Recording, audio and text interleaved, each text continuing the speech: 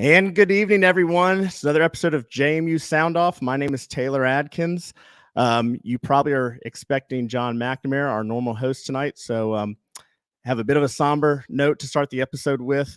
John's grandfather passed away earlier today. So keep him and his family in your prayers. So he will not be joining us tonight. I have some very big shoes to fill. I will do my best. But we have a lot to talk about tonight. I first want to once again mention our sponsors, the Montpelier Collective and Skyline Financial. Montpelier Collective is the NIL for JMU. You can visit them at montpeliercollective.com. And Skyline Financial, Skyline Financial is one of our sponsors every show. They've been with us since the beginning. Great guys. If you have any questions about financial advising, planning for your family, give them a shout out. SkylineFinancial.com. You can visit their website. But with that, as much as I've stumbled, I'm going to bring on our other co-hosts, Michael Evangelista and Steve Brown. What's going on? I've already fumbled and stumbled over the intro. I missed John, but I'm a little tired. We all had some road trips I drove back today. I think, Steve, you're still down there. I'm working on my bowling. Well, I do have my bowling pins right back here. I borrowed my 4-year-old's play school bowling set, decided to set that up on the thing back here. So, man, I need to stop talking. I'm just fumbling and bumbling because I'm so excited about JMU football. 11-1. We beat the Teal Beach Chickens down in Conway, South Carolina, not Myrtle Beach. What a dump, by the way. What a dump. Absolute dump. Conway, a football stadium and a trailer park. So yeah, if there's any coastal people listening, good for you. But what is you that? can eat it. Here, I'm gonna start it soft. So let's talk a little bit about the game day experience. I'll start soft because I think you guys are gonna be a little harsher than I am. Got down there. The tailgating scene was nice. We were able to get some JMU fans all together in a lot that we may or may not should have been in, but we were there. We did our second live broadcast, our first away game live broadcast. It was a time where all four of us were together. I thought that was pretty fun. We brought on some guests. The tailgating scene, it was not bad. It just was small. I mean, there just wasn't a ton until you got right next to the stadium. I was a little shocked. Very Spider-esque, felt like very much like the Richmond Spiders. Got in the game, they I don't know if anyone noticed, they had 3 intro songs before they ran out of the tunnel. There was a song, there was another video with a song, and then another song, and then they ran out. But again, I had a great experience at Marshall this year. I had a great experience at App State last year. Those were definitely away game trips that I will not miss in the future. This one, if it's nothing's on the line, I don't know if I'm going to make the drive, but Michael, tell me your thoughts. Game day experience. What'd you think? Yeah, it felt very business-esque, right? I think we all got down there to support the team, get the W, and get the hell out of Dodge, right? That's how I felt. Regarding the intro, it felt very much like they were overcompensating. The multiple songs, they had the volume as loud as they could on that tiny, tiny little screen that they had at the end zone. It felt like they were overcompensating. Speakers. Yeah, it was weird. It was just strange. It looked like the breadbasket in Richmond. That's what I kept calling it the whole time. Well, and for those that were not there in person, talk about what Signetti and the team did for their intro onto the field. Yes. Oh, when they walked out, walked out, there was slow walk. It was just slowly walked out, staring down the swagger. I mean, and you could tell our guys were so hyped. It was hard for them to do the slow walk, and as soon as they hit the sideline, they're sprinting and jumping. But it was one of the coolest things I had ever seen. It was awesome. I made the trip down Friday night. So shout out to everyone that I saw at the Do Club event. Met a ton of folks online that, finally got to put a face to the name, met in person, which was amazing. Like Taylor mentioned, may have, snuck a couple dollars around to get into certain lots we weren't supposed to be at, but we were all together on Saturday, which was great. Celebrated a little bit Saturday night and made the 6.5-hour trip, bypassed Thanksgiving traffic, hit the road around 5:30, so I got in a little bit earlier today. But other than that, we got the W and we're home safe. That's what matters. Steve? Oh, Hey, got down here Thanksgiving with my sister-in-law. I'm at my sister-in-law's house in Calabash, North Carolina.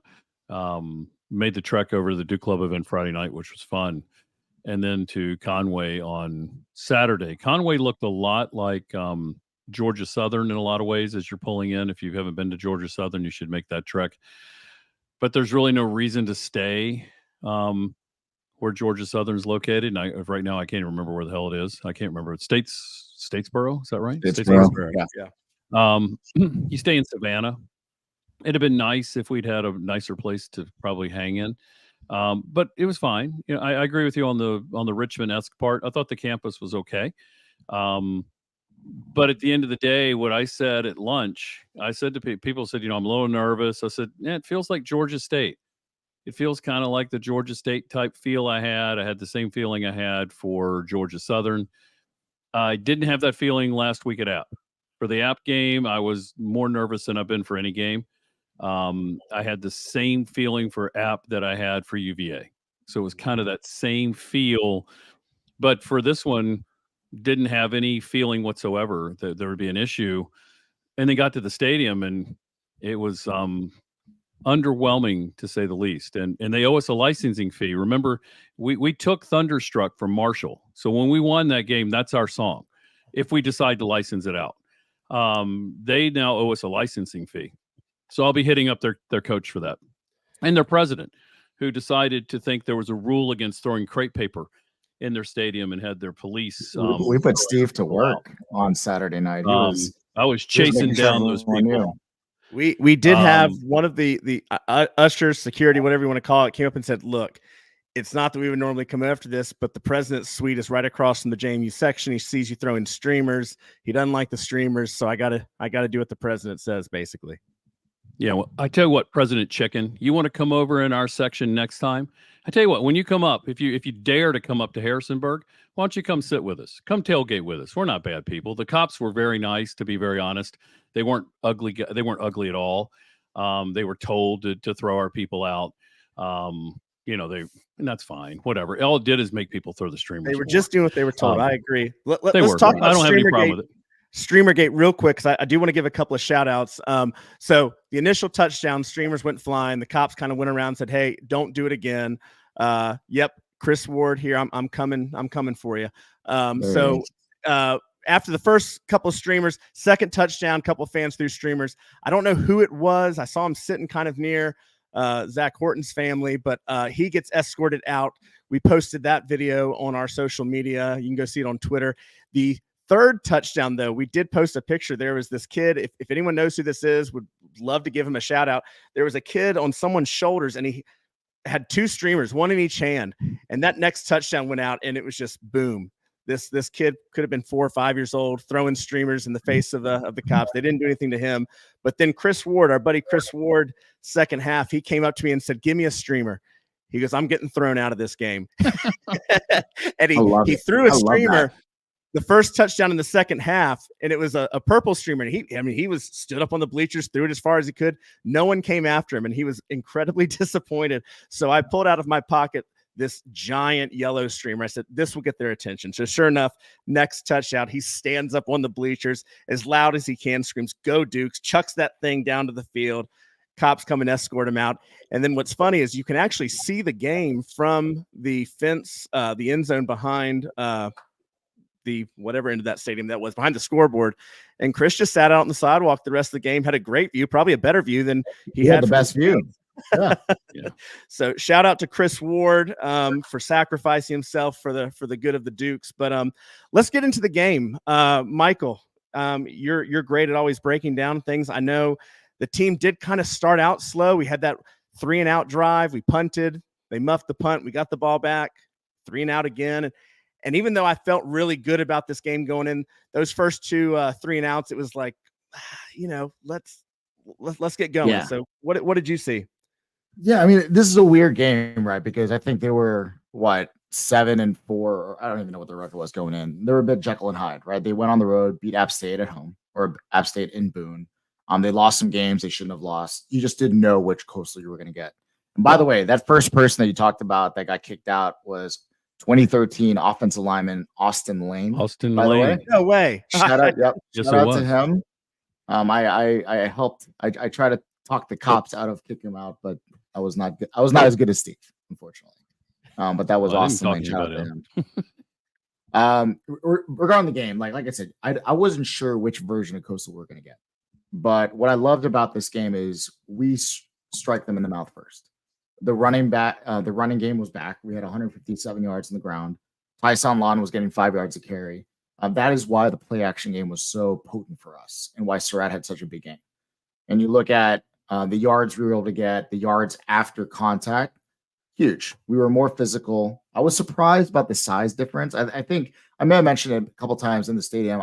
I didn't know if it was because of our white jerseys, but I said, man, we look big against Coastal. And Coastal's had, 10 or 12 years now to recruit that level of athletes. So I was really taken aback there, but really love the fact that we got the yards back on the ground. We talked a little bit about pregame, keys to the game. And I mentioned Sproles. After Brown and Surratt, they were going to get double and triple covered. Sproles had a big game. I think he had 11 catches, 99 yards, and he really opened up the field. And he was sort of an extension from the run game, particularly like with the screen game out of the slot, which was really nice to see. I think he was 1 yard away from a 100-yard game. So he was so close. And last but not least, I talked a little bit about the quarterback run game on Coastal. And here's a name we haven't heard in a while. But Devin Coles actually played a lot of Rover on Saturday. Yep. So number 26. He was our field side or maybe boundary side corner at the start of the season. Switched over to Rover, maybe for injuries or whatnot. Played a hell of a game. I think they had 74 yards in the ground. A lot of that came in the fourth quarter when we had second stringers and a lot of freshmen in the game. But I think he was a big difference maker for us. So talk about a player walked on at JMU, a senior, possibly got looked over with some other freshmen and really contributed big time when it mattered. So really awesome job all around by the Dukes. Steve, what'd you see? Yeah. Let's talk about some of the lame stuff that they did. You may not have seen this unless it was on television, but they named Grayson McCall as a starter. So Grayson comes out in his full uniform. They named him as a starter. I've been licking my chops. I said, please come in that game and play. Please well, they posted play. a video of him saying, He goes, I'm I'm back. back. Yeah, he goes, I'm back. Come on back. Yeah, come on back. That. Yeah, bring that mullet back. Just like you had your mullet cam deal that you did during a commercial. I wanted him to play. I mean, he's one of the more talented guys, to be honest. And to be frank, I wanted to see him play. I was hoping he could play. It wasn't smart for him to play. I'm glad he didn't play. From that standpoint, he's got a career on the next level. But they did just lame stuff like that. It's like we're going to start him and blah, blah, blah. But I'm glad he got to put his uniform for senior day. I was hoping he would take a snap, to be honest, and just hand the ball off. So that he could say he played in the last game. Just from a football standpoint, that would have probably been nice. He might be able to play in the bowl. I just don't know. The slow walk, you can't, if you guys didn't see it, I can't underestimate how slow that was. Now, Signetti's my age. I can walk that slow. I probably do, and so does he. What Taylor said, I mean, those players were like rabid dogs behind him, walking slow, but like you could see they were chattering and just dying to hit somebody. But they really slow walked it, and it delayed Coastal's entrance. They were supposed to come on about 45 seconds before they did, and we basically just said, you'll come on when we decide you come on. And so we just sauntered over to our sideline. Our guys ran. I just thought that was wonderful. I hope we do that every time we play. Yeah, great. The other part I thought was hard for this team, and I thought they did a great job, is it's hard to be focused and determined coming off what happened last Saturday. Yeah. And then you hear all the chatter during the week about, should we have filed a lawsuit and why we didn't file a lawsuit and were we going to get a TRO? Do we get to play in the conference championship? It was confusing until about midweek. And I could see where that would distract me. It distracted me during the week. I thought they did a really nice job as coaches and as players, not letting that be the issue. And honestly, I think once they knew they weren't not going to play for the conference championship, that's when, it's like, let them off the chain, let them bite to the bone, which is what they did. Really dominant. Love the defensive line play was outstanding. The way they were switching around, the offensive line for Coastal had no idea who was coming, when they were coming, and what was going to happen. When we blitzed, we had 3 linebackers in. Sometimes we'd send a safety. Sometimes we'd fake it. Those guys didn't have a clue. 66 is probably the dirtiest player I've seen and it was Coastal's player. Every play, yeah. Every play.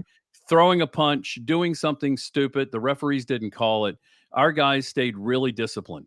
That was me out there. I'd have punched the guy right in the face, and I'd have gotten thrown out of the game. And I get it. That's why I'm not out there. But he was a dirty player, and I'm surprised that Coach Beck let that happen. I'm surprised he didn't pull him out. Yeah, there was He reminded me of the offensive lineman at UVA, Furnish. Yes, I haven't it's seen exactly like him. A clown like that all year since that game. No, you're right. Linebacker play was wonderful. Love the 3 linebacker set. The back end, outstanding. I was going to mention Coles as the rover too. I loved what they did in the back end. Our corners shut them down. They have 2 guys. At least one's going to be an NFL receiver. Pinckney's the real deal. So's Brown. They have other guys. Their tight ends are good. That's a good team. Don't let anybody tell you on here that they're garbage. They were not garbage. That is an outstanding football team that we beat. That's a team that was on a roll till they went up to Army and got out-coached. Their own coach admitted they got out-coached. That's a really talented team. And what happened in that game, they had everything to play for. So remember last year, they're like, oh, we didn't care. We'd already won. We knew Jamie was leaving, so we just mailed it in Harrisonburg. Right. You had everything to play for yesterday, and we beat your ass in all 3 phases of the game, and our fans took over your stadium from the intro. I mean, my God, we had more people than they did or close to it. And then by the second quarter, they started to leave. And we took that stadium over. That's a 3rd stadium. I tweeted about it today. It's the 3rd stadium we've taken over. We took over UVA, we took over Georgia State, and we took over the stadium. So 3 out of our 6 road games, we took over. That makes a difference. Those guys heard it. I could hear it when I was down on the field in the second quarter. Those guys were getting so hyped up and so excited to hear the crowd going just crazy. That Coastal crowd was really not into anything, the ones that are even there. So I didn't hit everything, but I thought the blocking from the running backs was great. I know we mentioned how well they ran, but the blocking was outstanding. Tight ends were great. Sproles had a great time. Wide receivers were good. They hit it all. I mean, honestly, in all 3 phases yesterday, and I want to shout out the coaches. That was a well-called game all the way around. We saw a couple plays in there we haven't seen, which was kind of fun.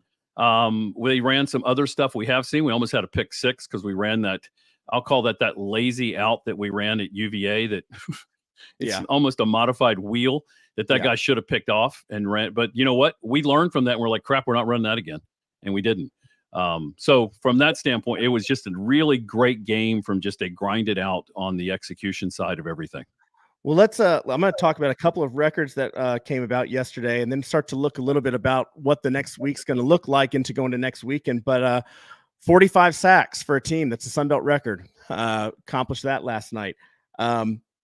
First time in Sun Belt history, 2 wide receivers on one team over 1,000 yards. Second time it's happened at JMU. The first time 2 years ago, Chris Thornton, Antoine Wells. So again, and then speaking of bowls, the Sun Belt set a record. Their previous record was 7 teams bowling. We have 12. And that Unreal. 12 is not only the most of any conference in the country right now, but it is 1 short of the 13 that the SEC sent a few years ago. So, this just shows you that how well-rounded and tough this conference is. And it makes how impressive our 11-1 accomplishment was. And that 11-1 was inches away from a very controversial call in an overtime game of being 12-0. And I did want to give a shout out to Elliot Kultz and John Butler that were throwing me some statistics before we got on here. We've been in FBS for 2 years. We're 19-4, but we have an 11-win season under our belt. Virginia Tech has played football for 128 years, 6 11-win seasons. West Virginia, 130 years, 5 11-win seasons. Maryland, 130 years, 2 11-win seasons. And that school over the mountain, 0 11-win seasons in their 135-year history. So have we tweeted this out yet? 0.0. We haven't. I had to get confirmation. Elliot threw me some numbers. John corrected them. I didn't want to throw it out there until I was official. But these are some ESPN insights, man. I love it. And here's the thing is, and we've talked about this in previous episodes, we're used to at JMU, especially with playoffs where you play 4 or 5 postseason games, 11 wins. It feels somewhat normal because we're used to it. I want everyone to know, and I don't need to tell. I think everyone knows this. It's just worth reiterating how special this 11-1 season is and how special, moving into talking about next weekend, how we have one more game to play. So I want to talk a little bit about that. And then we do have some special guests today, but I want to kind of get y'all's thoughts on the bowl thing. I do want to say out there real quick for this bowl stuff. I've been seeing on Twitter, I've looked on the JMU Nation page on Facebook, and I haven't looked at the message boards. I'm sure there's some stuff there. I am no expert, but I was at UTSA when we went 7-5 in a transition year. We're hoping to get a bowl, did not. I was there when we went 6-6, and there were actually too many bowl eligible teams, and we did not get a bowl. And then I was there when we were 6-6 and went to our first ever bowl at UTSA. So I'm seeing a lot of well-intentioned information out there about bowls, about where we're going to go, what we can do, what we can't do, where we can. I just want to kind of say to everyone out there, a lot of that stuff is clickbait, and a lot of the people that say what we can and can't do and who, where we can't. I love y'all, but let's just let the official information come out from JMU, because what the worst thing we can do is start these talking points that are just not accurate. And when it comes to these bowls, yes, there are bowls that have contractual agreements, and yes, there are ones that have affiliations, but then there's also ESPN at large, and then bowls can also trade. If we have an ACC team, but we'd really love your SEC, so just let me just say, out of the gate, there is a lot of stuff that can happen.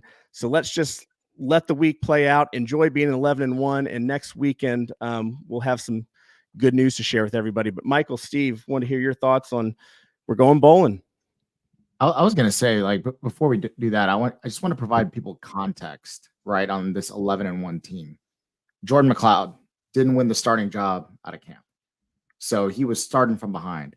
We lost Solomon Van Horst and Avi in the first game of the season, two key players at running back and defensive line.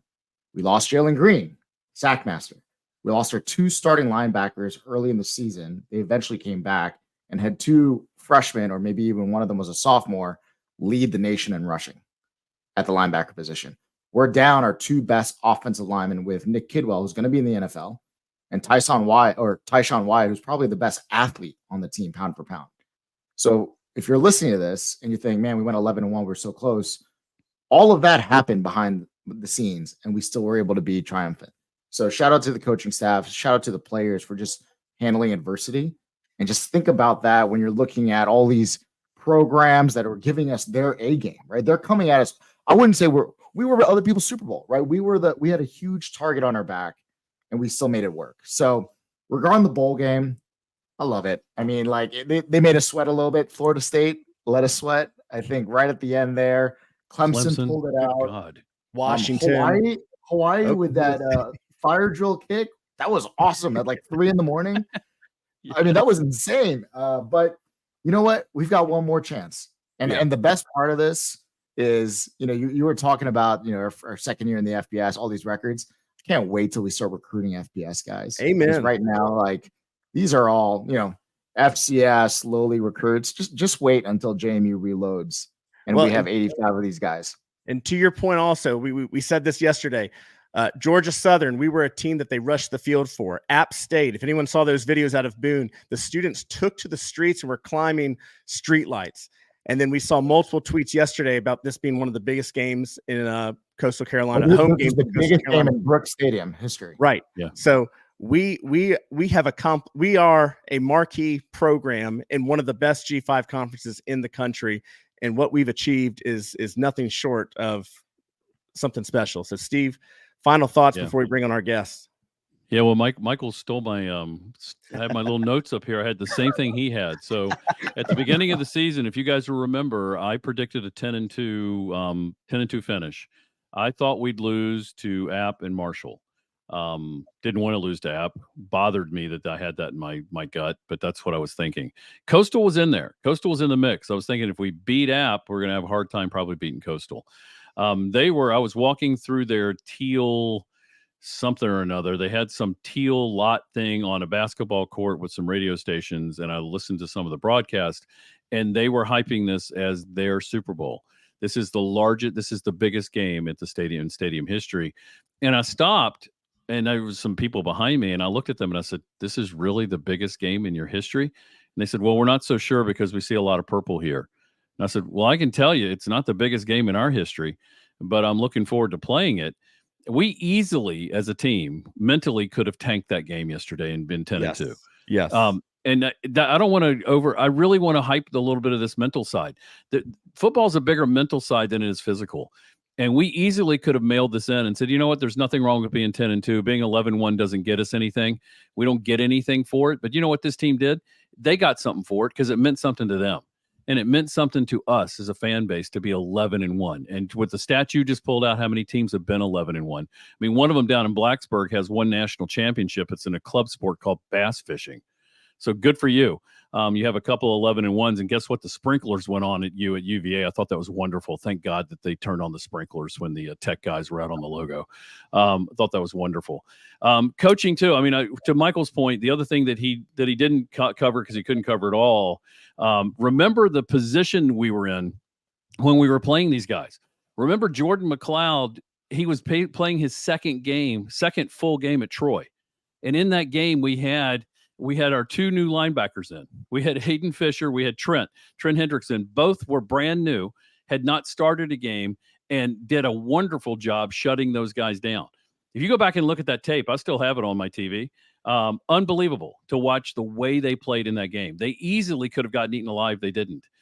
In the back end, remember who else started at Troy? D'Angelo Pons. Pons gets thrown into a game against a guy that's an all-world wide receiver that you will see be potentially in the Hall of Fame in the NFL. Lewis is unfreaking believable as a wide receiver. He will eat Apple alive next week. If you're a bettor, whatever the points are, I think they're 6.5. Lay those points and put some money on Troy because Troy's going to beat the ever-living hell out of App State on Saturday. And that kid, Lewis, is going to have a huge game. So I looked at those guys. Juggernaut since that game. They've been a juggernaut on offense. But look who else played really well, and that we don't mention him much. It's our safety, the sophomore safety, and I'm blanking on his name. Jacob Thomas. JT. I was blanking on his name, and I have it written here. I said JT, and I'm thinking, God, I can't remember his name. And special teams. You know, everybody, if you look at the special teams part, everybody this year, and then the coaching again, look at how well the coaches did with this group of guys. I know we can say they're FCS guys, but, you know, we've been building an FBS team for a number of years with athletes we knew could play at this level. But these guys really, when next man comes up, they really mean it. They don't just say it. And the thing I love about this team is they say the things that you hear other teams say, but they actually live it. They actually walk that walk. When they talk about the standard, you saw the standard on the stage yesterday. That was an absolute standard win. I would have scored another touchdown. I say this every week, and I know I'm not Signetti, but I would never take a victory formation, especially at Coastal. I would continue to score until you can stop me from scoring. I would have continued to run that score up. Now, that's a nice thing for coaches to do. They have a fraternity of people, blah, blah, blah. I know all that, so I know that's the nice thing. But I loved, and there was one thing that Signetti did last week, and you probably didn't hear it on television or yesterday. He yelled at the guys that were putting signals in, and he told them when we had our backup in, he yelled at them and said, "Don't you change the play." And I don't know what play it was, but he yelled at them and said, "Don't change it." And whatever they ran, I think that's when he got the first down. He ran for the first down. And I think they were going to come out of something and signal something else. And he turned to them. He was so focused. This is with 3 minutes to go in the game. And he's like, "Don't you dare change that play." And I'm like, damn. And then you watch him run it. He runs for 15 yards. So, again, shout out to these guys. The bowl piece. I'm so excited for the bowl. For you folks out there, I don't care where we play. Amen. You're not going to hear me rag on it. I don't care who we play. We'll be there. What bowl we're in. I don't care. I'm going to be there. I'm clearing whatever I have. If there's a hearing on my calendar, the judge can jam it. I'm going to move it to another thing. I'm going to the game. I don't care when the game's going to be played. And we're going to bring a ton of people. And I don't care who we play. I'm hearing, you play Arkansas State. I don't care who it is. Put whoever you want up against us. I'm just so excited to be going to a freaking bowl. It's one of the biggest things in JMU history. If you've got a chance to go, I tweeted about it today, go. You will kick yourself if you don't go to this first bowl. It's a big deal. We're 11-1, and we got a chance to be 12-1. Yep. Unbelievable year, and it's going to be a great time. We'll have a blast. But I'm just so daggone excited for this university and for this team. Well, thanks, guys. I'm going to let y'all step aside right now because I'm going to bring on some special guests. So we teased it out a little bit yesterday and on our social media. We want to turn this over to the students. I mean, this is the end of the regular season. the student body has played such an integral part. I mean, they're a large part of that 26,000 folks that were on the quad and made ESPN Game Day one of the biggest and the most memorable game day, especially for its 30th year anniversary. So with that, let's go ahead and bring on our guest tonight. We have Brennan with the Student Duke Club, president of the Student Duke Club. We have Max from JMU Barstool, Luke from JMU Barstool, and do we have Nate there? We have Nate from who's the president of the Student Government Association with JMU. So guys, thanks for joining us tonight. Yeah, thanks for having us. One by one. So for mine, I have Brennan at the top, and then I have you guys from Barstool, and then Nate. So in that order, guys, go ahead and just kind of introduce yourself and kind of your role with everything that's been going on this year. So I'm Brennan, president of the Student Duke Club. I was a board member last year on the Duke Club, or in the Student Duke Club, and I was able to be the president this year. Just a little bit about the Student Duke Club. We do athletic fundraising for student athletes. I myself was a student athlete at one point for the baseball team, so that was a huge part. What the Student Duke Club is able to do, is a huge help for student athletes. And being able to take this over has, it's been amazing. And this year has just been crazy with the way everybody's played, not just football, volleyball, men's basketball, the way it started, women's basketball. I mean, how could you not want to be a JMU fan or a JMU student right now? I mean, this is what we're a part of right now. And what we're able to experience is amazing. Amen. Max, Luke, tell us a little bit about JMU Barstool and how y'all, what you do. I guess I'll go first. So I'm with JMU Barstool. I'm Max, I'm senior ISET major, but it's my second year with the JMU Barstool. Luke's first. And since in August, when they diverged from Penn, kind of got a little more leeway with what we were able to do. And then last year didn't really take having the role seriously. And then this year we kind of got some stick in early September, late August about not doing a good job. And then everything from there, we've just blown up as an account, and athletics and everything has helped that, and the fans as well. It's been really cool. Luke, anything you want to add?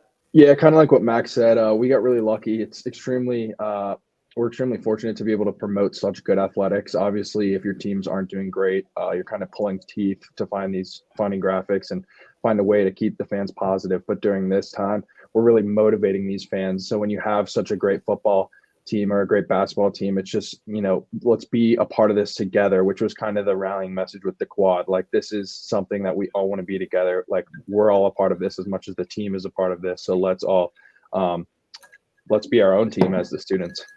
Yeah. I mean, in this podcast, I mean, we were a Twitter space last year, just kind of doing some things on Sunday evenings. This is their first year we've had a podcast, and we've kind of stumbled into same situation as y'all, just being an everything school, right? I mean, yep. So Nate, tell us a little bit about your role with SGA and, just your role as that impacts athletics. So this just shows you the craziness of the time, the fact that the student government is now talking on an athletics sports podcast. It just shows you what's going on campus. My name is Nathan Hazen. I'm the student body president at James Madison University. And I mean, it has just been crazy. I just drove from DC. So I drove from Myrtle, from Conway to DC last night. And then today from DC to here. And I was thinking, like, what am I going to say? I have like 50 minutes worth of stuff to talk about. My roommate is over there. This is the life of a student right now. I'm getting annoyed by my roommate. All right. Love you too, Thomas. Sorry about that. And it's just like, how do I sum this up like in one sentence? And it's just like something is in the air. It's like electric. A quantitative data point that I could say is that the main facet of the student government is to advocate and basically support student organizations and clubs on campus. And the way we do that is through contingency funds and program. Basically, we give money to clubs, and we have usually $100,000 per year to do that. And we haven't reached capacity $100,000 in my time here. We came nowhere close freshman year, kind of like halfway sophomore year, and like 75% my junior year. And as of now, we're going to be out of those $100,000 by like January. And it just so because everyone's so active and involved on campus. And that has a lot to do with one, the pandemic being over, but also just athletics. It's just electric. It's just this whole new campus. We are an everything school, and it ripples into every other aspect of the university. It's like it starts from football, athletics, basketball, and it just goes into everything. And it's just amazing to be a part of. So, well, and you mentioned the pandemic, so I kind of want to hear from all four of you. We talked about this a little before we went on air. You all started at JMU, lockdown, shut down, no fun, no this, no that. And now these last couple of years, we've had FBS, undefeated football, college game day, ranked basketball, multiple teams going to the NCAA tournament. And it kind of seems like we're making up for lost time. So I just kind of want to, y'all kind of just go around. I mean, just tell me what that's been like for you and how you see what athletics is doing impact your time as a student, how the university is viewed, and just how you're viewed amongst your peers at other schools and people want to come into JMU.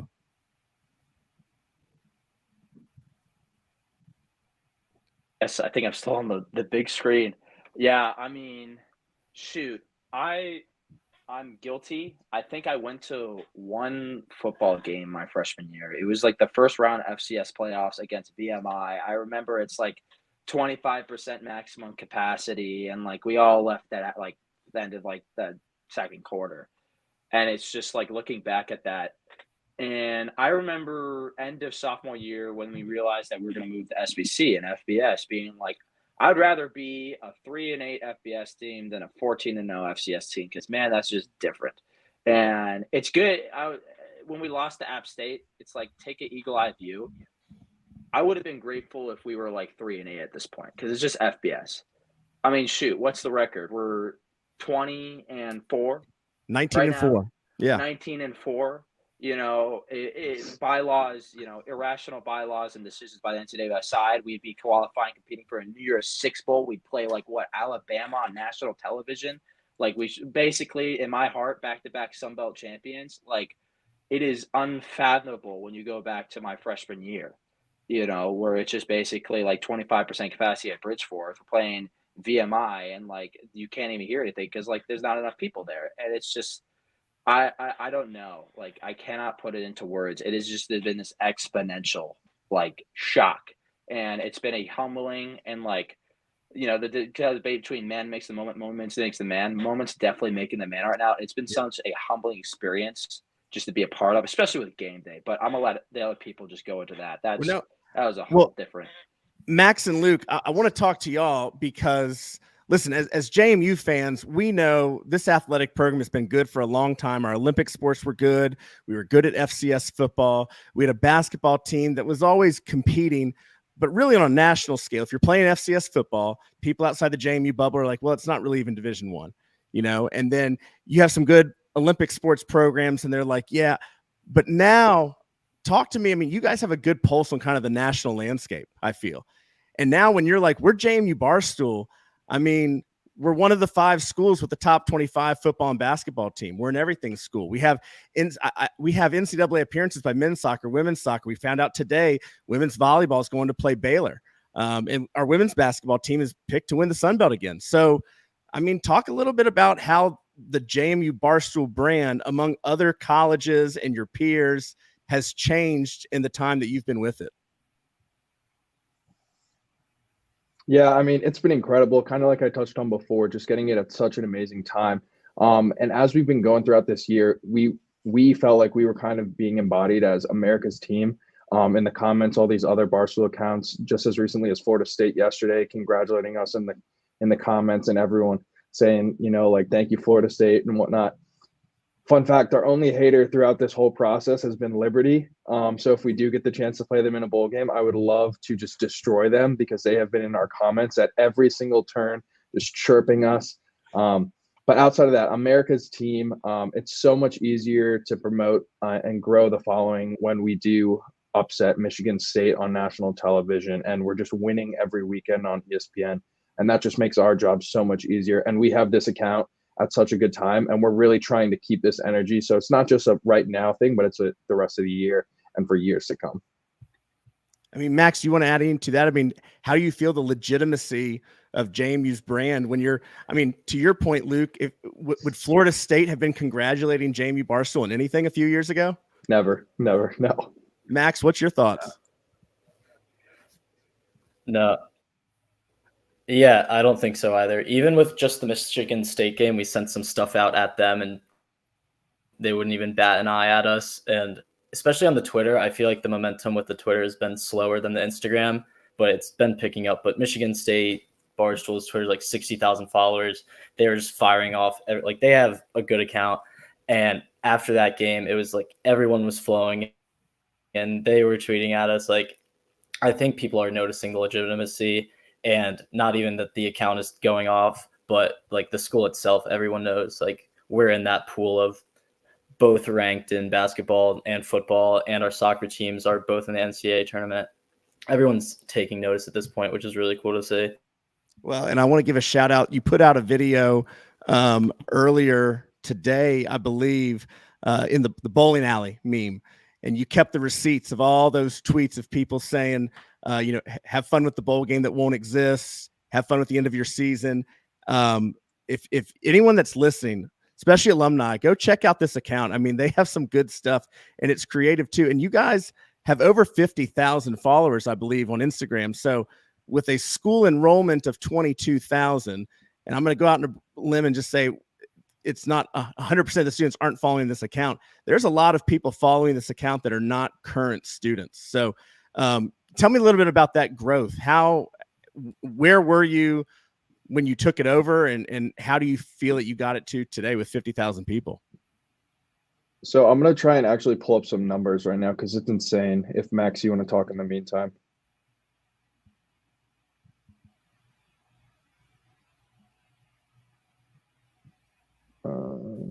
Sorry, my thing's being slow. Yeah, I think when I first got the account, I think the Instagram had in the high 30,000s. And then at the beginning of this year, maybe in August, we were at 42,000. So it grew maybe 4,000 or 5,000 in the first year that I had it. And then between the last 2 months, we've gone up 7,000, it's exponential. It's crazy. And I think the week of game day, I said we were at like 47,500. I was like, oh, let's try to hit 50K by kickoff. Like, that'd be really cool. And it was like 500 followers a day, 500 followers, 700 followers a day, just coming from everywhere is insane. So people were sending in signs every single day. It was hard to keep up with. Like, everything coming from the fans was so cool to see. Luke, go ahead with those. You have those numbers that you wanted to share? Yeah, so since August 28th, we have this is just the Instagram. We have 8,447 new followers. We're up 257% on accounts engaged, and we're up 803% on accounts reached. That's since August 28th, so around the beginning of the football season.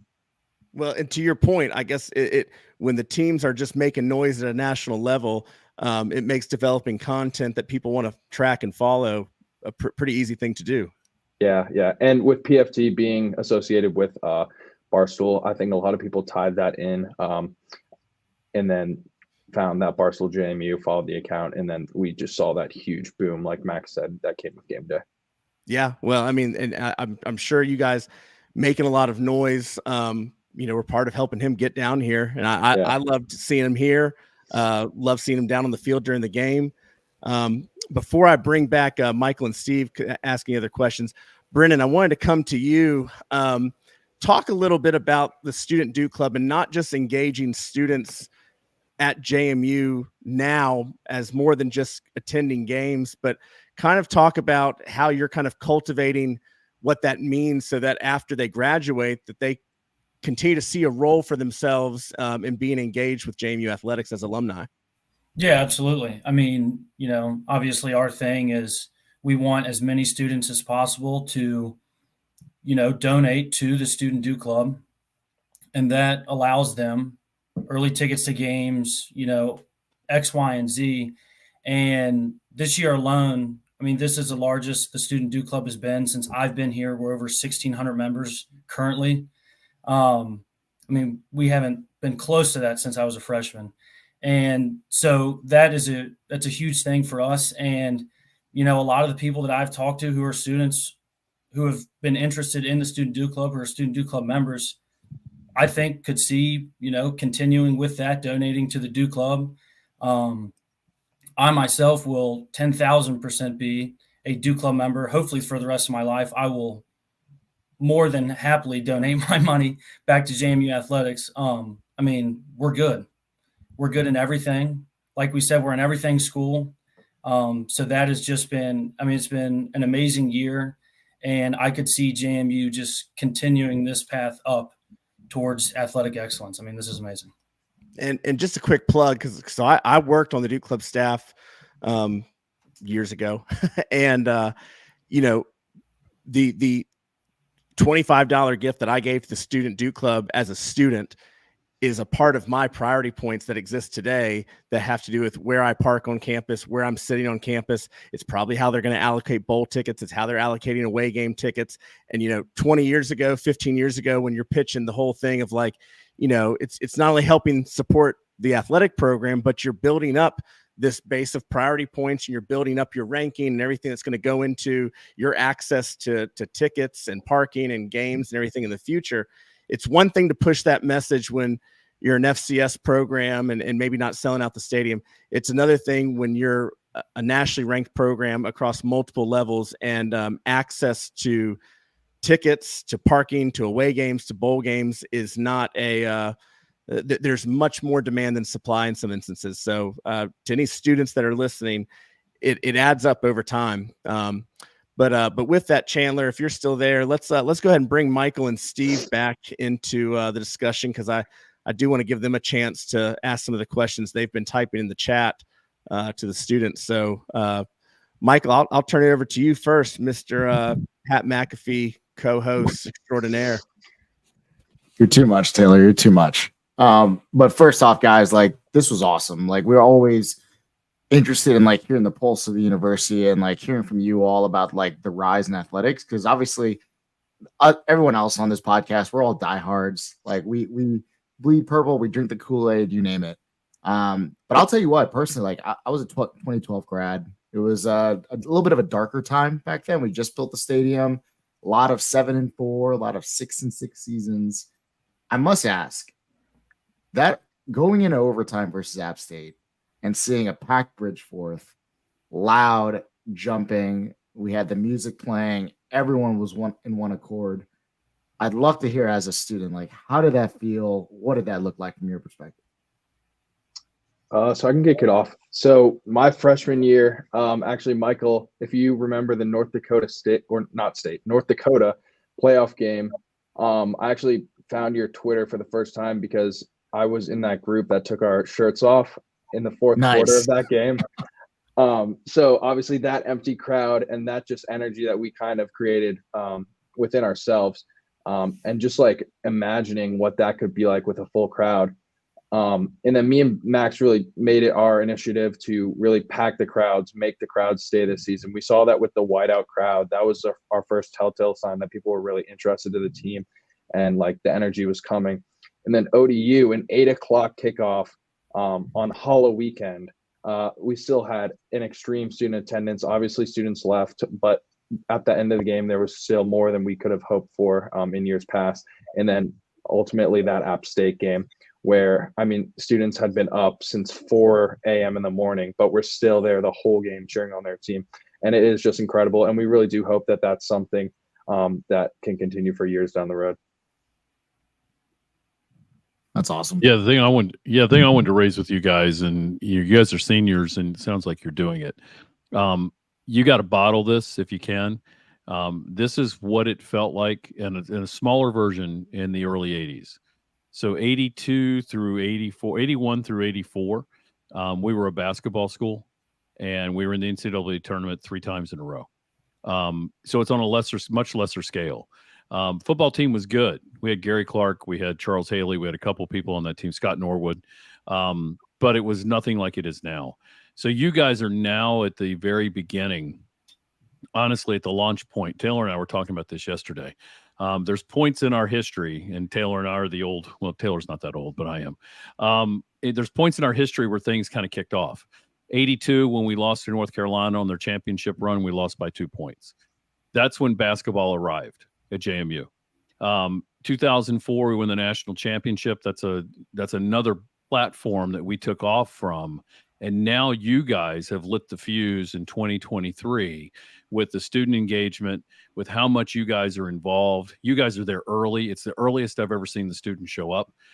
It's wonderful to see you guys aren't leaving. You guys are loud at the right times, which is wonderful. Whoever's taught you, whoever's taught you guys know it because you're seniors, but it's usually the freshmen that start yelling when our offense has the ball down by the band section. And I'm like screaming from my seats, shut the hell up. We got the ball. You guys have it down. So I don't know if you guys have taught them this stuff. Whoever has been teaching these students, they know when to shut up, which is great. And then they are loud as they can. It's the loudest I've ever heard that stadium, ever. 2008 App State, I thought was loud. It's nowhere close to what's loud now. So you guys have, whatever you've done, you've now started the new phase of the hockey stick progression where we're going to take off. And just want to thank you guys and, continue to get your students to show up for basketball. We got a big game Wednesday night. I'm probably going to leave work early. I don't know what I have going on my schedule, but I don't care because I'm kind of in this bowl mode. So my secretary is going to cancel it, and I'm just going to come up. I don't even have tickets. I'll figure out how to get a ticket, and I'm just going to come to the game because I'm so excited now at 60 years old. I'm like I was back in the day when I'm like, I don't care if I have to work. I don't care if I've got a class. I'm blowing it off. We're playing basketball. So I'm going to come up Wednesday night. Because I'm so daggone excited. And I bet you guys are going to be rolling in the AUBC, and the place is going to be rocking again on a Wednesday night. So I'm just so happy for you. I want to thank you for what you're doing. And just, love this, man. Enjoy this as much as you can because you guys are all graduating. You're going to look at yourself next fall and you're going to be like, crap, I wish I'd have gone to more basketball games, or I wish I'd have done this. Go to everything you possibly can because, man, we're living a dream right now. Guys, before I let you go, I want everyone to go around one more time. Just give any final thoughts you had. Also, let us know if there's anything from the Sound Off platform, either from our social media or from these podcasts that we can do to help rally the students and get a message out there as well. Would love to partner and collaborate with you in any way we can.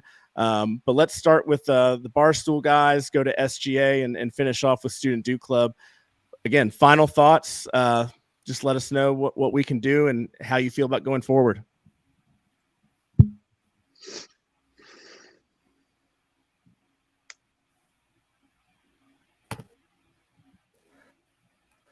I think you guys are doing a great job. And I guess what you guys were saying during sound check is when Barstool posted the checklist that you guys have gotten a bit of a younger crowd in the last week and with game day. It was funny last night. I guess you guys were driving back from Conway and there was so much confusion with what the magic number was. So I'm DMing Michael like, hey, is it 2? Is it 3? Is it 1? Like, what's going on with this magic number? I'm digging for everything. And it was an all season. That's like, oh no, JMU's in. Like, they have their bowl game after Clemson lost. So digging through that was fun, and then just tagging you guys and hopefully getting residual both ways, which is yeah, Luke. Yeah, I mean, I just think that kind of what Steve was going off of, but our 4 years, me and the other seniors in this chat have just been insane. We come in, it's COVID. Sophomore year, the AUBC opens, we beat UVA. Junior year, we have this incredible season, 28-3 App State. This fall, we have the UVA win and this college game day, this incredible football team. So it's just been, I really think me and all my friends think that if there was to be a JMU documentary, they would pull a couple heads from our class that have gone through this just absurd 4 years at James Madison. But I agree with Steve that this is kind of a launching point and that there's a lot of good things to come. And then regarding just our platforms, I think just the legitimacy of JMU will allow our platform to grow and your platform to grow. Because when people want to learn more about our campus culture, our teams, our athletics, they're going to want to listen to a podcast where they can learn more information. And I think a lot of those casual fans are going to start deep diving into podcasts like you all. So I think I'm really excited to see the growth. Awesome. Thanks. Nate. One, I just want to congratulate you guys. I'm glad you're here. I every big kind of public university and like sports school has their anchor like sports podcast. You know what I'm saying? And they have like their review. You guys are filling that gap. You're filling that niche, which I think is going to be very beneficial for you guys. Also for us, because I don't know about y'all, I just love talking about sports. There's literally a campus. There's a club on campus. I have to shout them out because they're great. This is the state of our university. It's called Talking Sports JMU. It has like 60 members because we just love talking about sports. And I hope you guys are going to profit off of that. I really do think you're going to see a large influx, especially after last week, of student listeners, students interacting with you guys along with alumni. I wish nothing but the best. I think you guys are going to take off from here. And then as for like just overall what's happened game day, smashing the record. So I think on like JMU Athletics put out like, hey, 10 p.m., the line starts 10 p.m. There was a line to get in the line. I would say I got there 4:45 p.m. and I was like the fourth or fifth group in the line. That's when I knew, we're going to smash this thing. Like we're going to destroy it. And we did. And it's just like, that was maybe the greatest 36 hours of my life. And I can know a lot of different students could say, I don't think the university was the same coming out of that weekend. I think it was just a totally different place. And it's going to be, we'll just see, because after that was Thanksgiving break. And just like for my personal position, if on paper the description is to represent the student body of James Madison University, people ask, what do I represent? I pull up College Game Day and ESPN, and I pull up that overhead picture of the quad at approximately, 12 p.m. when Corso took the pick, and you can just see 26,000 people in this area, and like that's what I represent. And just for the game, just going off of what Steve said, of just like how it's just a totally this is history that in the making. We're at the beginning, something totally special, and we can say we had a hand, like everyone in here, Barstool Student Duke Club, as students in crafting this, no matter how large or small it may be, is just something that will live with you. And then a couple of side notes is, a lot of Liberty students and like Liberty Barstool comment on our posts and whatnot. I think the campus curfew is 9 p.m. and they like commenting well after that. So Mr. Falwell, if you see this, make sure your students are in their dorms when they're supposed to be and not violating campus guidelines. That would be really unfair and unwell for you guys. And then also just, it's just been, I forget what I was going to say after that. This is it. Literally speechless. It's been speechless as a senior, seeing where we come from. And it's going to be so bittersweet. It's going to be so sad. And I think after this weekend, it's like, this isn't a goodbye. It's a see you later. I have an urge just to come back somehow, some way, and be a part of JMU as a community, whether it may be. It's just such an amazing thing. It's going to be, I know I'm going to leave from here and be dying to come back. I don't know how that's going to look, but yeah, go Dukes. You got me fired up. Brennan, I want to give you the last word as the Student Duke Club president, and just the role that the Student Duke Club plays. Final thoughts and just what everything means to you right now. Well, I mean, first of all, thank you all for having us on. I mean, it's been an amazing show. I tuned into one of y'all's shows previously, and besides that one, this is the first one I've kind of watched and been able to been a part of, but I'm for sure tuning in the rest of the year and for a long time after that. So thank you guys for having us on. Absolutely. No, it's been amazing. But coming in as a freshman, I felt at least like we were the little brother school. I had friends at Virginia Tech. I had friends at UVA. And now as a senior, I can say we own everyone in the state. There is not a school that is better than us in the state of Virginia. I'm from Lynchburg, actually. So I grew up around LU. I have some friends who actually go to LU, and nobody compares. JMU stands shoulders above everyone in athletics, in our campus culture, and our academics. I mean, it's been said multiple times on this podcast already. We are an everything school. We are better than everyone. And that's what this has been feeling like this year is who's going to stop us? Nobody's been able to stop us.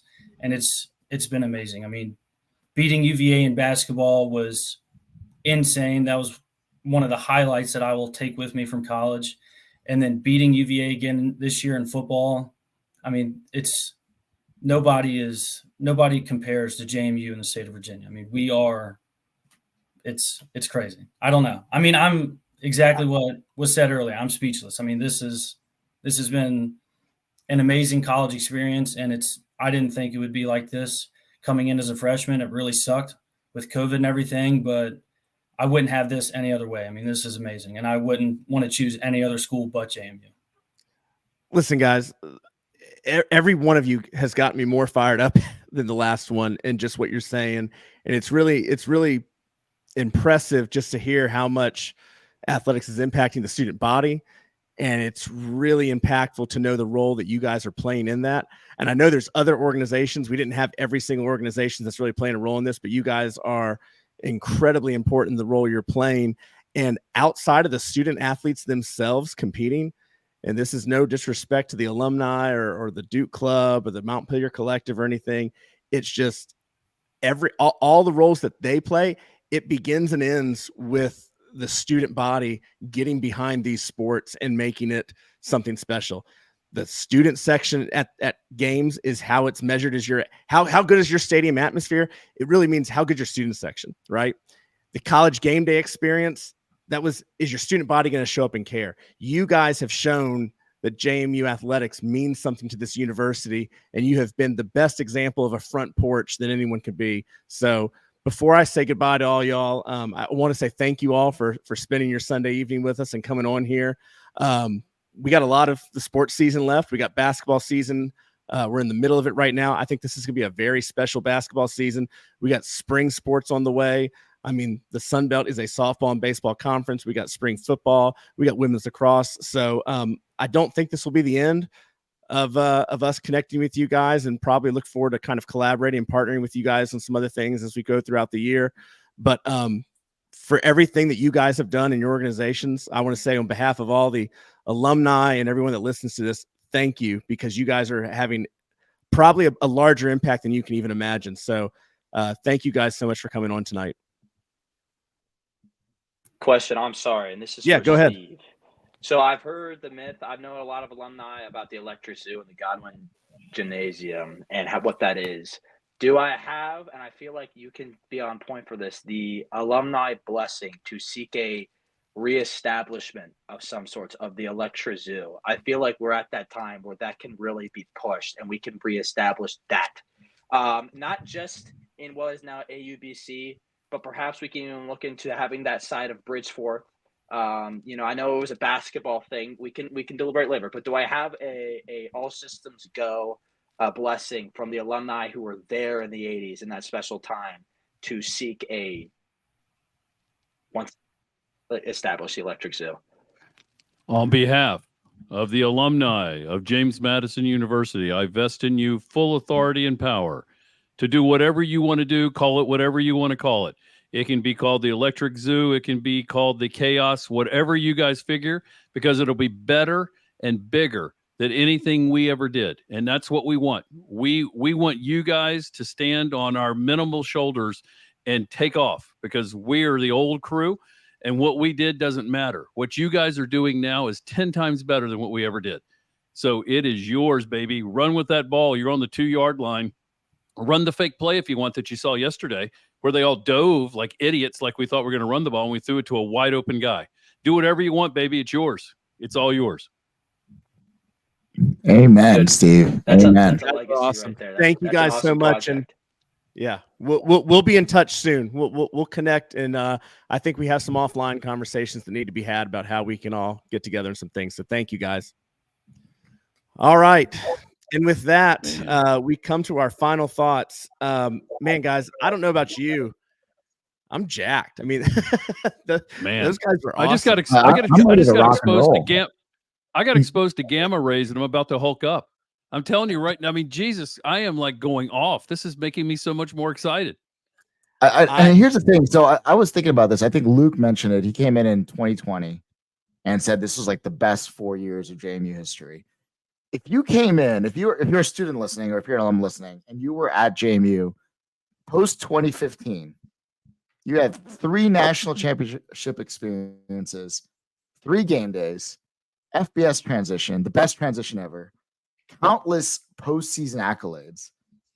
Like the last 8 years has been unreal. Like if you're a 2019 through 2023 grad, you could say this was the best 4 years at JMU.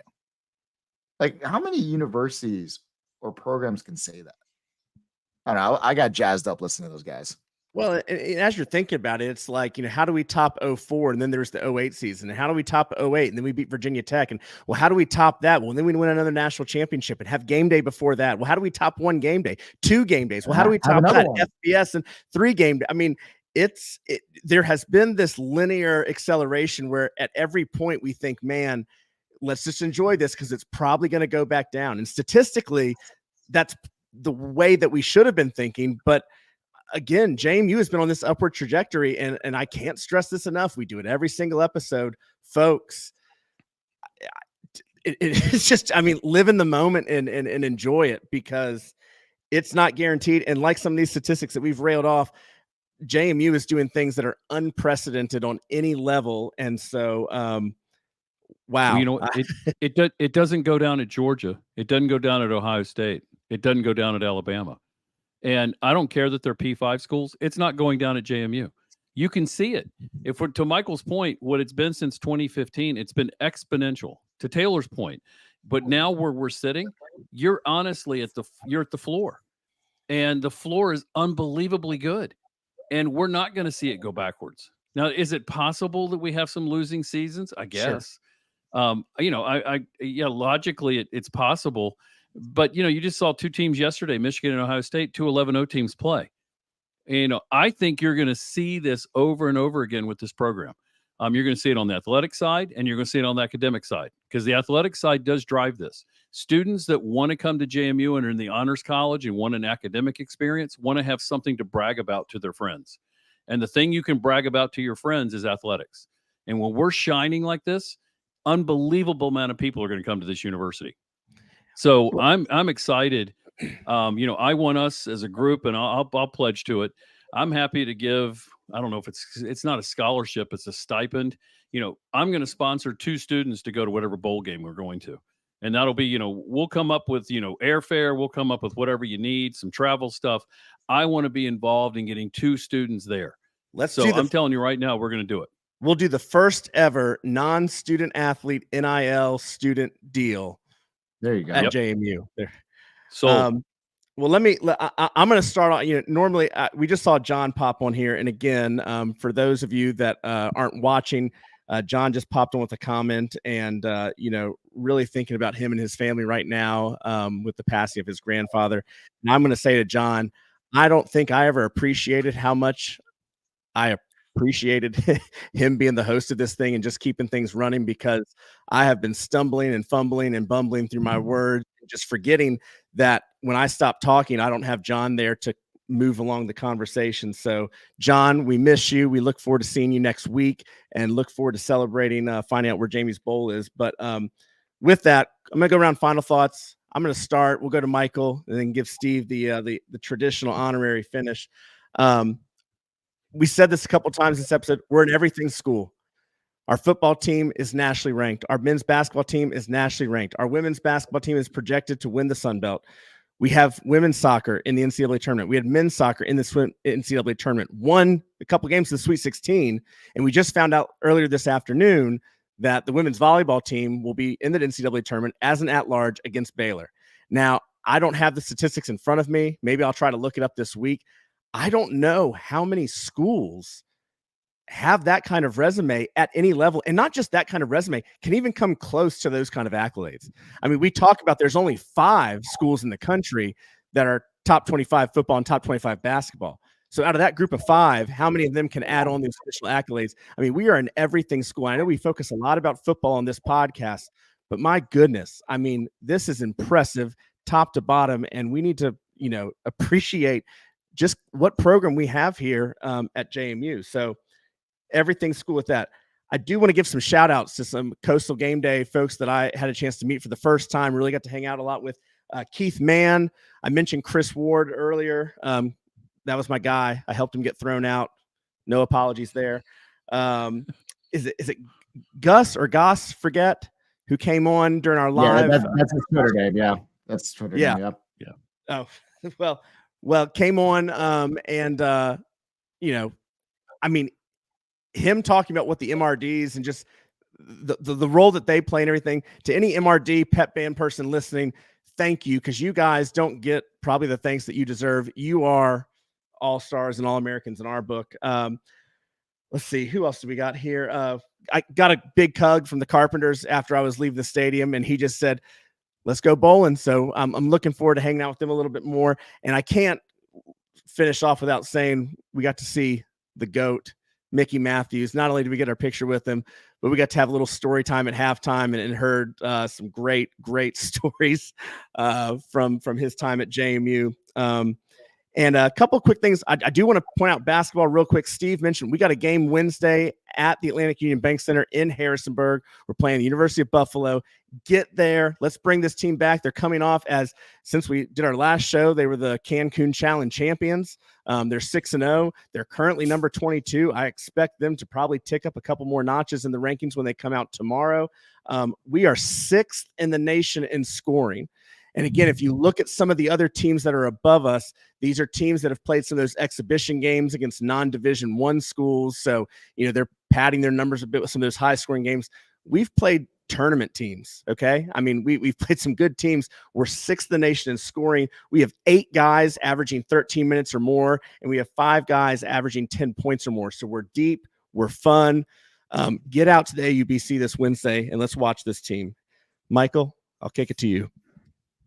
And where do I go from there? Because I was going to do some shout outs, and man, Taylor, you really ran the gamut there. But I was going to mention too, what I love about traveling and seeing the team, play away is meeting a lot of the parents. So I got to meet like Alonzo Barnett's dad, who's awesome. Got to chat with him for a few minutes. I got to meet the Fishers, which was great. I got to meet the Madden family, the Carpenter families, like you mentioned. They're awesome. I got to meet them last year at Georgia Southern. I got to meet Zach Horton's brother. That was awesome. We need to give him a scholarship, by the way. He's a massive human being. But similar to what Steve mentioned, we talked about sort of like exponential growth. The only program that could beat James Madison right now is itself. And when we look back over like the last 4 years, 10 years, and see this exponential growth, it starts with people. And everyone that's listening, the folks, the students that were on, the people that are graduating, people that have graduated, it all starts with us. And get involved. Like, after the Pat McAfee show, I had a lot of DMs saying, I was going to walk up to you and say hi, but there was people there, or like, I didn't know what to do. If you see any of us old geezers around, come say hi. Like, introduce yourself. Like, get involved. Like, shake a hand, because you never know what one engagement, one handshake, one high five is going to happen. Because when I think of the last 10 years since I've graduated and what's happened with my professional and personal community, it couldn't have been any better without James Madison. And that's where I devote a lot of my professional advancement, my professional career, my personal developments because of this program, because of the school. So I'm calling everyone, like, get involved, go to an away game, shake a stranger's hand that's wearing purple. You never know what you're going to get into. I mean, I guarantee that person's going to be super nice. It's going to want to help support you and get you to where you want to be. So that's my message, I guess. Go Dukes. Let's go bowl. Whether that's in Miami or Hawaii, I'll be there. Let's do it. Let's go. Steve. Man, I love this. I tell you, it's going to be the second week in a row you're not going to get any wrestling shtick out of me, because I'm just so overwhelmed with emotion. It's, to Michael's point, to yours. If you need something or want something, reach out to us. Please talk to us. Please come see us. I just saw somebody across here said, please send my daughter to the bowl game. Shoot me a DM on Twitter. You can find my emails easy to find. My law firm's easy to find, so you can find me on there if you need to email me. Shoot me something. We're here to help each other. I mean, honestly, this network is huge. The network with these guys that on the podcast, I knew Taylor probably better than any of these other guys. I knew tangentially these guys. You know, we would tweet back at each other and have some fun. But the last year, building relationships with these guys, yesterday was the first time all four of us were at a game together. I went running after one of these guys, and the whole section was watching to see if I was going to get in a fight with the kid. I wasn't trying to get into the fight. I was just making sure the kid didn't bother our fans. The poor cop came over to me, turned on his body-worn camera and said, I'm turning on my camera. I said, turn it on, my friend. Let's have a talk. I said, I wasn't going to get in a fight. I just want to make sure the kid wasn't hassling one of the women that was over here. That's what they were doing. I said, he got thrown out with his friend. He came back. I said, I wasn't going to let him bother my people. I'm standing up for my people. We do it every day. So that's our network. Go to an away game if you can. If you can't, I get it. Watch on TV, cheer as hard as you can. Next year, if you can go to a basketball game, go. If you can go to a softball game, a lacrosse game, field hockey game, anything you can get to, get on campus and go if you can. If you can't, wait till they're near you and go. If you can't do that, watch on TV. Just get engaged with us. Get engaged with the university. There's so much good going on. Don't get distracted from anything else. You've got the best university right now on the East Coast. Clearly the best university. So, enjoy it, but work with it. You've got a great network of people. Let us help you. Anytime I've got a resume and it's a JMU person versus a Tech person versus a UVA person, the JMU person gets the nod every time. And that's what we're going to do for you. So work that network, man, and love all the people that were mentioned on here. We said some great tailgate people, but I just want to tell you the love I have for the university, the love I have for everybody that's on here, everybody that's listening. I can't even explain to you how deep it is and how excited I am after hearing these students. I am so jazzed up right now. I'm usually asleep in my chair at 9:15. I can't go to sleep tonight. I'm going to be up until whenever because I am so daggone excited about what's going on with this university. And you should be too. And if you're not, I hope maybe this turns you on to get a little bit of excitement. But I really appreciate everybody. Appreciate everybody we saw yesterday. It was a blast to be with all those people. And people, you just see people that you see on Twitter, they come and talk to you. I had no idea who some of these people are, but it's so nice to hear them and then talk to them, and now I can put a name to it. So I just want to thank you all. And I know that's probably the old man in me, but it gets me to tear up a little bit to see what's going on with this university, and how big time it is. And it's just not going away. And that's what the great feeling about this is I can't say we've arrived. We've kind of always been, but now it's kind of really here. So I'll end on that. I know it's kind of lame and it's not my usual yelling at the screen and yelling at the Chanticleers. But you know what? I don't have anything to yell about because we're 11-1 in football and we're doing everything else. The one thing I did forget to mention, Jalen Green won the sack award for the nation. He didn't play the last 3 games and he won by a sack and a half. I mean, oh my God. I mean, he's the sack leader in the country and he didn't play the last 3 games. I mean, what is that? I mean, I tell you, man, that's so cool for him. It's so cool for the university. And I just want to, just again, thank all of you and can't wait to see you at a bowl. Can't wait to see us on Wednesday night. So back to you, Taylor. I don't know if I can end the show better than that. I'm trying to think of how John ends this. So I'll just say from myself, Taylor Adkins, Michael Evangelista, Steve Brown, and John is here with John McNamara is here in spirit. This is JMU Sound Off signing off. Let's go bowling.